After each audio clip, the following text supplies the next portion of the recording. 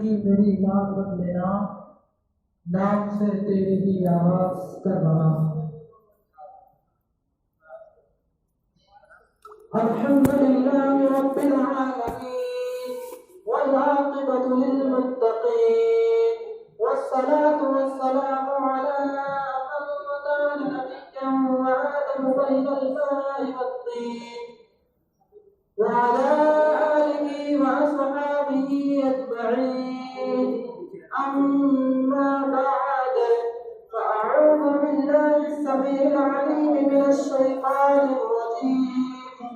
بسم الله الرحمن الرحيم.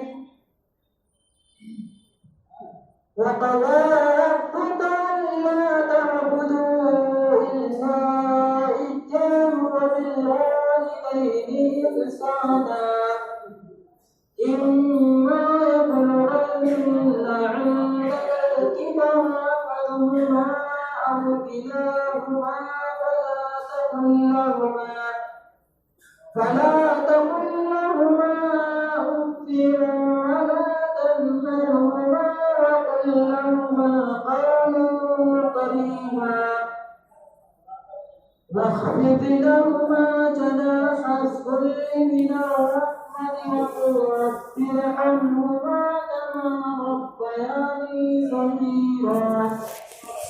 صدق الله العليم وصدق رسوله النبي الأمين المكين المبين الكريم، ونحن على ذلك لمن الشاهدين والشاكرين، والحمد لله رب العالمين.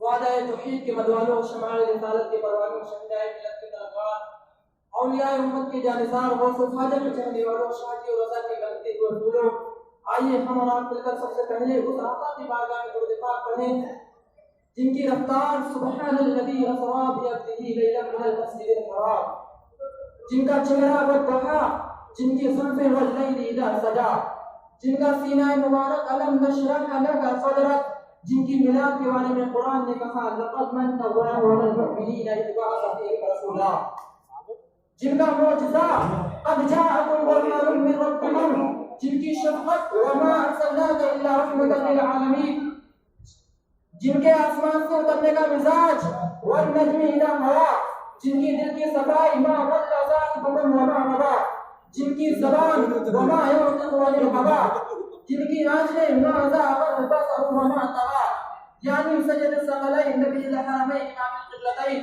گنبد خضرا میں آرام فرمانے والے آقا، لمبے لمبے ہاتھوں سے بھیگ دینے والے داتا، بے قصوں کے قص، بے بسوں کے بس، غریبوں کے حامی، یتیموں کے والی، بے سقام کا سہارا، آمنہ کا پیارا، عبداللہ کا دلارا، یعنی احمد مجتبی محمد مصطفیٰ صلی اللہ تعالیٰ علیہ وسلم کی بارگاہ عالی شان میں نہایت محبت اور عقیدت کے ساتھ درود پاک پڑھنے کی سعادت حاصل کریں.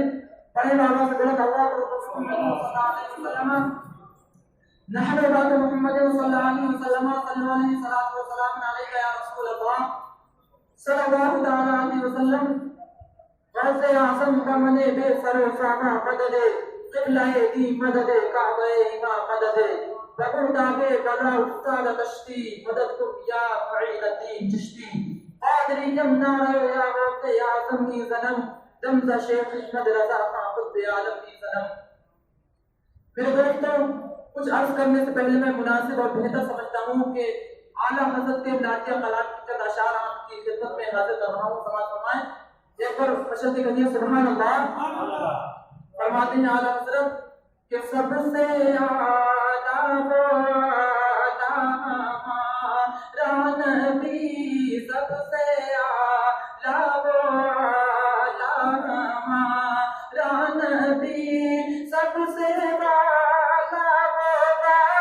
اعلیٰ ہمارا نبی، اپنے مولا کا پیارا ہمارا نبی، دونوں عالم کا دولا ہمارا نبی، دونوں عالم کا دولا ہمارا نبی، کون دیتا ہے دینے کو منہ چاہیے، کون دیتا ہے دینے کو منہ چاہیے،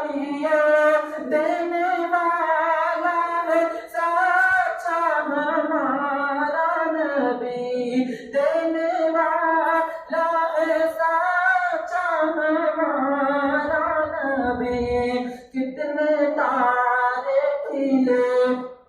اور میرے اعلیٰ حضرت فرماتے ہیں کہ سب چمک والے اجلوں میں چمکا کیے. بچت کے کہیے سبحان اللہ. کہ سب چمک والے اجلوں میں چمکا کیے. اندھے شیشوں میں چمکا ہمارا نبی. اندھے شیشوں میں چمکا ہمارا نبی. سب سے اونچوں میں اونچا سمجھیے جسے. سب سے اونچوں میں اونچا سمجھیے جسے. ہے اس اونچے سے اونچا ہمارا نبی. سب سے اچھوں میں اچھا سمجھیے جسے.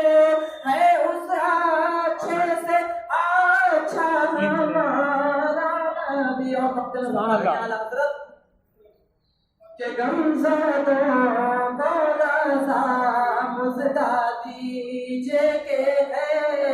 غمزدوں کو رضا مزدہ دیجیے کہ ہے.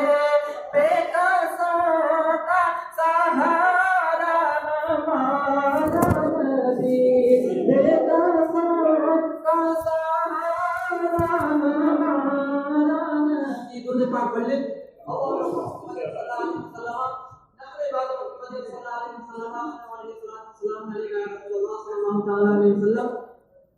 کسی شاعر نے کہا تھا کہ تمام عمر کا خالق حساب مانگے گا. تمام عمر کا خالق حساب مانگے گا. یہ جبر و قہر و عتاب و شتاب مانگے گا. ابھی سے خود کو بنا لو جواب کے قابل. ابھی سے خود کو بنا لو جواب کے قابل. وہ ہر سوال کا تم سے جواب مانگے گا. وہ ہر سوال کا تم سے جواب مانگے گا. میرے دوستو میں نے کلام اللہ کی تلاوت کی. رب کائنات کا ارشاد ہے وَقَضَىٰ رَبُّكَ أَلَّا تَعْبُدُوا إِلَّا إِيَّاهُ وَبِالْوَالِدَيْنِ إِحْسَانًا. رب کائنات فرماتا ہے کہ میرے علاوہ کسی کو نہ پوجو.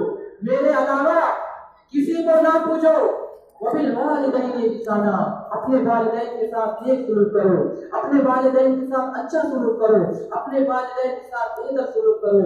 اور آگے قرآن فرماتا ہے إِمَّا يَبْلُغَنَّ عِندَكَ الْكِبَرَ أَحَدُهُمَا أَوْ كِلَاهُمَا فَلَا تَقُل لَّهُمَا أُفٍّ وَلَا تَنْهَرْهُمَا وَقُل لَّهُمَا قَوْلًا كَرِيمًا. رب کائنات کا ارشاد ہے اگر تمہارے والدین بڑھاپے کو پہنچ جائیں.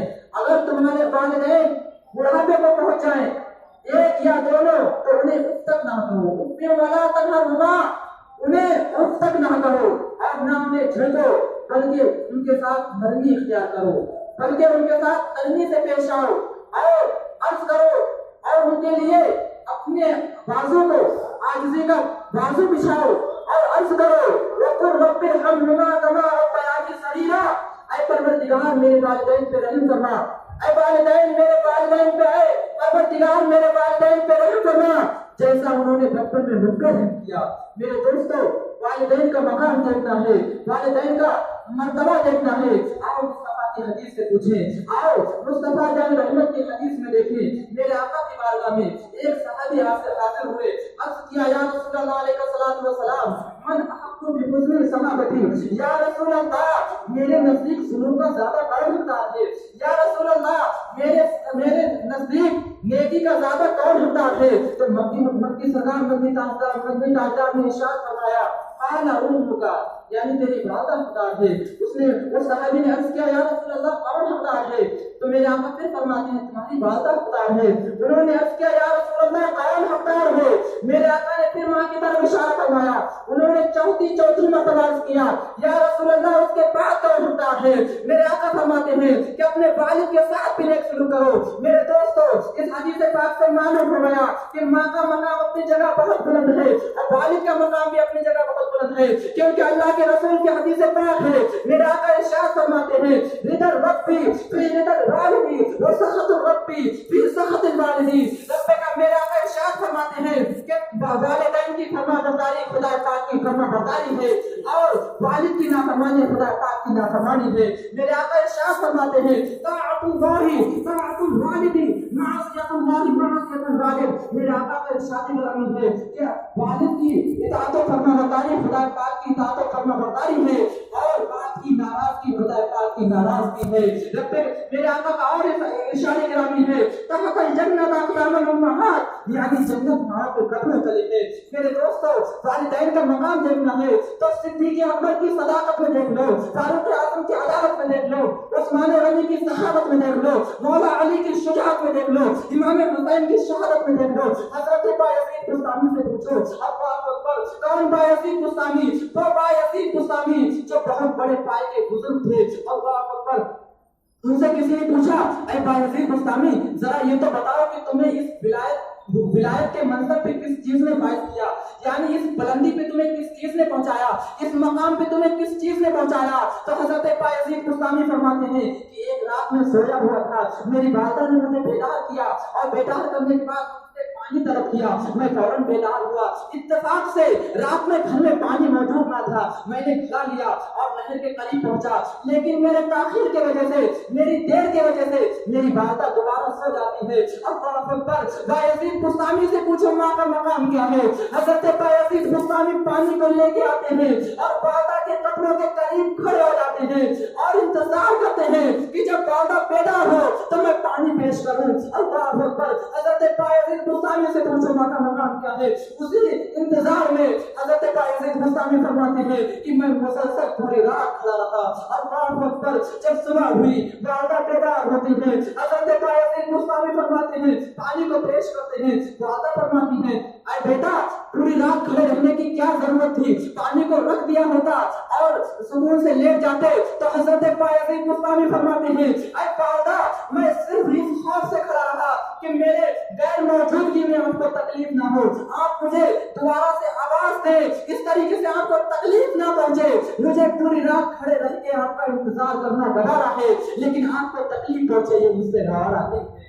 میرے دوستو حضرت بایزید بستامی سے کچھ ماں کا مقام کیا ہے. اور جگہ قیامت کا کوئی منظر اپنے ذہنوں میں رکھیے کہ جب قیامت کا دن ہوگا, حشر کا سامان ہوگا, بلا کی گرمی ہوگی, کوئی کسی کا پرسان حال نہ ہوگا, ایسے نفسی کی عالم میں, ایسے سختی کی عالم میں میرے دوستو غور کرنے کا مقام ہے کہ جب حساب و کتاب شروع ہوگا, حساب و کتاب ہونے کے بعد جنتیوں کو جنت میں بھیج دیا جائے گا, جہنمیوں کو جہنم میں ڈال دیا جائے گا. میرے آقا مقام محمود پہ جلوہ افروز ہوں گے. میرے آقا جب مقام محمود پہ پہنچیں گے تو وہاں جہنمیوں کی چیخ و پکار سنائی دے گی.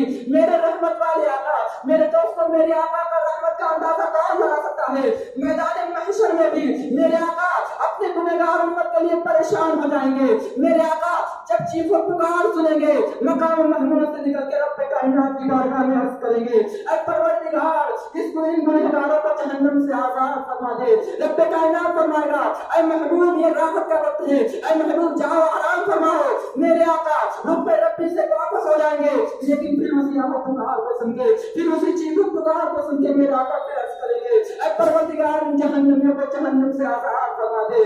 رب کائنات پھر ارشاد فرمانا ہے محبوب آرام فرماؤ.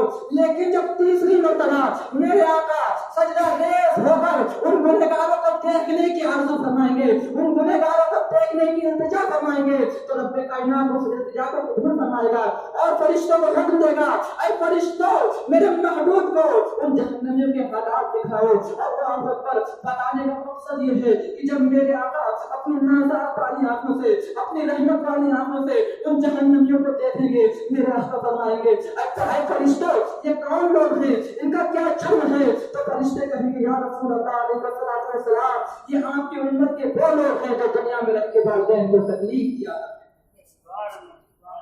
یہ وہ لوگ ہیں جو دنیا میں رہ کے والدین کو ایسا پہنچایا کرتے تھے, والدین کو تکلیف دیا کرتے تھے. یا رسول اللہ ان کی نجات کی ایک ہی صورت ہے, اگر ان کے والدین انہیں معاف کر دیں تو ان کے لیے معافی ہے, ورنہ ان کے لیے معافی کا پروانہ نہیں ہے.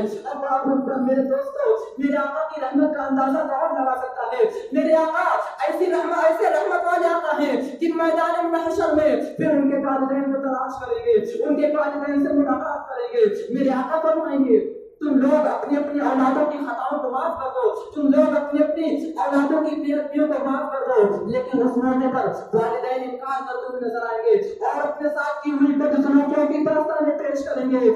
میرے آقا حکم ربی سے ان کے والدین کو جہنم تک لے کے آئیں گے، اور جب ان کی اولادوں کے عذاب کا منظر دکھائیں گے تو والدین بھی پریشان ہو جائیں گے اور سب لوگ اپنی اپنی اولادوں کی خطاؤں کو معاف کر دیں گے۔ پھر میرے آقا فرمائیں گے پروردگار اب ان کے والدین نے انہیں معاف فرما دیا، اب تو بھی انہیں جہنم سے آزاد فرما دے۔ رب کائنات اس التجا کو قبول کر کے تمام جہنمیوں کو جہنم سے آزاد فرما دے گا۔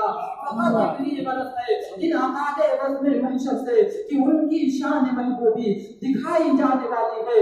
اعلیٰ حضرت فرماتے ہیں کہ جب ماں اپنے اکلوتے کو بھولے کر کے بلاتے یہ ہیں جس کو دنیا چھوڑ دے اس کو سینے سے لگا دے یہ میرے دوستو والدین کا مقام دیکھنا ہے، والدین کا مقام دیکھنا ہے تو مصطفیٰ جان رحمت کی حدیث میں دیکھو، والدین کا مقام دیکھنا ہے کلام مقدس کی آیتوں میں دیکھو۔ ایک مرتبہ ایک حدیث پاک ہے میرے آقا صحابہ اکرام کے درمیان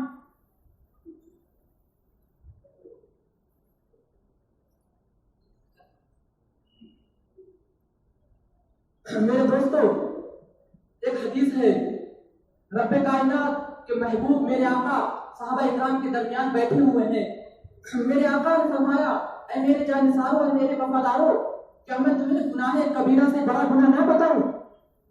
صحابہ اکرام نے اور اس جملے کو میرے آقا نے 3 دفعہ دہرایا تاکہ آپ کے مخاطبین اور قیامت تک کے لیے آنے والے امت مسلمہ کے ذہن و دماغ میں اس گناہ کی ہلاکت خیزی اچھی طرح نقش ہو جائے اور بندہ مومن اس گناہ کے تصور سے کانپ اٹھے۔ صحابہ اکرام نے عرض کیا تھا یا رسول اللہ وہ کون سا گناہ ہے جو گناہ کبیرہ سے بھی بڑا ہے؟ تو نبی سرکار مدنی تاجدار نے ارشاد فرمایا تھا الاشراک باللہ وعقوق الوالدین۔ میرے آقا فرماتے ہیں کہ اللہ رب العزت کے ذات میں کسی کو شریک کرنا اور والدین کو تکلیف دینا، والدین کی نافرمانی کرنا، والدین کو اذیت پہنچانا یہ گناہ کبیرہ سے بھی بڑا گناہ ہے۔ میرے دوستو والدین کی نافرمانی اتنا بدترین گناہ ہے، اتنا بدترین جرم ہے۔ میرے دوستو آئیے اس حکایت سے ہم اندازہ لگا سکتے ہیں کہ والدین کی نافرمانی کتنا بدترین گناہ ہے، کتنا بدترین جرم ہے۔ چند نیک لوگوں کی جماعت سفر کر رہی تھی، سفر کرتے کرتے ایک بیابان میں پہنچتے ہیں، رات کا سمے ہے، رات کا وقت ہو جاتا ہے، تمام لوگ سوچتے ہیں کہ آج کی رات کسی بیابان جنگل میں گزار لی جائے۔ سب لوگ اس بات سے متفق ہو جاتے ہیں، سب لوگ رات بڑی گزارنے کے لیے ٹھہر جاتے ہیں، لیکن رات کا کچھ حصہ جب گزر جاتا ہے تو اللہ اکبر ایک ایسی ڈراؤنی سی آواز آتی ہے، ایک خطرناک آواز آتی ہے، سبھی لوگ پریشان ہو جاتے ہیں، سبھی لوگ حیران ہو جاتے ہیں۔ اللہ اکبر پوری رات سب لوگ تمام لوگ جاگتے ہوئے دکھائی دیتے ہیں، لیکن صبح جب ہوتی ہے تو دیکھتے ہیں کہ وہاں پہ کوئی درندہ موجود نہیں ہے، وہاں پہ کوئی جانور موجود نہیں ہے۔ سب لوگ حیران رہتے ہیں کہ آخر یہ آواز کس کی آواز تھی، کس درندے کی آواز تھی۔ لیکن جب صبح کو سفر کو طے کرتے ہیں ایک ضعیفہ سے ملاقات ہوتی ہے، وہ ضعیفہ سے پوچھتے ہیں اے ضعیفہ تمہیں کتنا ٹائم ہو گیا ہے یہاں پہ؟ وہ ضعیفہ کہتی ہے مجھے کافی وقت ہو گیا ہے یہاں پہ، کافی پہلے سے میں رہتی ہوں۔ وہ شخص کہتے ہیں کہ کیا تمہیں رات میں کوئی آواز نہیں آتی ہے؟ وہ ضعیفہ کہتی ہے ہاں وہ آواز میں ہر روز سنتی ہوں۔ وہ شخص پوچھتے ہیں آخر یہ کس کی آواز ہے، کس درندے کی آواز ہے، کس جانور کی آواز ہے؟ وہ ضعیفہ روتی ہے اور کہتی ہے یہ کسی درندے کی آواز نہیں ہے، یہ کسی جانور کی آواز نہیں ہے، بلکہ یہ میرے نافرمان بیٹے کی آواز ہے۔ اللہ اکبر۔ وہ شخص کہتے ہیں معاملہ کیا ہے؟ وہ ضعیفہ پورا معاملہ بتاتی ہے کہ یہ میرا بیٹا تھا، میرا بیٹا تھا، بدنصیبی سے وہ شراب پیتا تھا اور میں اسے شراب پینے سے جب روکتی تھی تو وہ بدتمیزی یعنی میرے لیے غلط الفاظ استعمال کرتا تھا۔ ایک دن میں نے اسے بد دعا دے دی، وہ میرا بیٹا انتقال کر گیا اور انتقال کرنے کے بعد اس کی قبر سے اسی طریقے سے آوازیں آتی ہیں۔ وہ شخص پوچھتے ہیں کہ تمہارے بیٹے کی قبر کہاں ہے؟ وہ اپنے بیٹے کی قبر پہ لے جاتی ہے تو تمام لوگ حیران رہ جاتے ہیں۔ اللہ اکبر۔ اس کی قبر کو جب دیکھتے ہیں تو اس کی قبر میں ایک سوراخ نظر آتا ہے، وہ سوراخ میں دیکھتے ہیں تو اس کے بیٹے کا جسم آدھا جسم انسان کا ہے اور آدھا جسم جانور کا بن چکا ہے۔ اللہ اکبر۔ میرے دوستو یہ والدہ کی بد دعا کا اثر ہے، یہ ماں کی بد دعا کا اثر ہے جو باپ مرنے کی بھی آدھا جسم بیٹے کا انسان کا ہے اور آدھا جسم جانور کا بن چکا ہے. اور اسی طریقے سے ایک حکایت والدین کی فرما برداری کے تعلق سے ایک حکایت ہے. ایک نوجوان کا انتقال ہو جاتا ہے. انتقال ہونے کے بعد اس نوجوان کو کسی نے خواب میں دیکھا اور خواب میں پوچھا اے نوجوان تیرا کیا معاملہ ہے, تیرا کیا حال ہے؟ وہ نوجوان کہتا ہے اللہ رب العزت نے مجھے معاف فرما دیا اور مجھے جنت میں وہ مقام عطا کیا جو حاجیوں کے لیے رکھا ہے. اللہ اکبر. وہ نوجوان وہ خواب دیکھنے والا کہتا ہے اے نوجوان تو نمازوں کا پابند نہ تھا, اے نوجوان تو نمازوں کا پابند تو نہ تھا, تو روزے دار تو نہ تھا, اے نوجوان تو صدقات و خیرات کا پابند تو نہ تھا, اے نوجوان تو تسبیح و تحلیل تو نہ کیا کرتا تھا, اے نوجوان تو وہ اپنا وقت نیکی میں نہیں گزارتا تھا, لیکن یہ مقام کیسے تجھے مل گیا؟ یہ مقام تجھے کیسے حاصل ہو گیا؟ یہ جنت میں اور حاجیوں کا مقام تجھے کیسے مل گیا؟ وہ نوجوان نے کہا بے شک تو نے سچ کہا, میں نمازوں کا پابند نہ تھا, میں روزوں کا پابند نہ تھا, تو نے سچ کہا کہ میں نیکی نہیں کرتا تھا, تو نے سچ کہا کہ میں تسبیح و تحلیل میں اپنا وقت نہ گزارا کرتا تھا, اے نوجوان تو نے سچ کہا کہ میں گنہگار تھا, لیکن میری والدہ ایک ضعیفہ والدہ تھی, میرے گھر میں ایک بوڑھی ماں تھی, جب میں اپنے گھر سے نکلا کرتا تھا اس بوڑھی ماں کے قدموں کو چوم لیا کرتا تھا, بس میری ماں اپنے ہاتھوں کو فضاؤں میں لہراتی اور رب کائنات کی بارگاہ میں عرض کرتی ہے پروردگار میرا بیٹا گنہگار ہے لیکن تو رحیم ہے, اسے معاف فرما دے. اے مولا میرا بیٹا گنہگار ہے لیکن تو غفار ہے, اے پروردگار اسے معاف فرما دے اور جنت میں میرے بیٹے کو وہ مقام عطا کر دے جو تو نے حاجیوں کے لیے رکھا ہے. وہ نوجوان کہتا ہے بس اس میری ضعیف ماں کی دعا کا اثر ہے جو اللہ رب العزت نے مجھے آج جنت میں یہ مقام عطا فرمایا. سبحان اللہ. میرے دوستو اور اللہ کے رسول کی حدیث پاک ہے, اللہ کے رسول ارشاد فرماتے ہیں کہ والدین تمہارے لیے جنت بھی ہیں اور والدین تمہارے لیے جہنم بھی ہیں. صحابہ اکرام نے عرض کیا یا رسول اللہ جنت اور جہنم کیسے؟ فرمایا کہ ان کو راضی کر کے جنت میں جا سکتے ہو اور ان کو ناراض کر کے جہنمی ہو.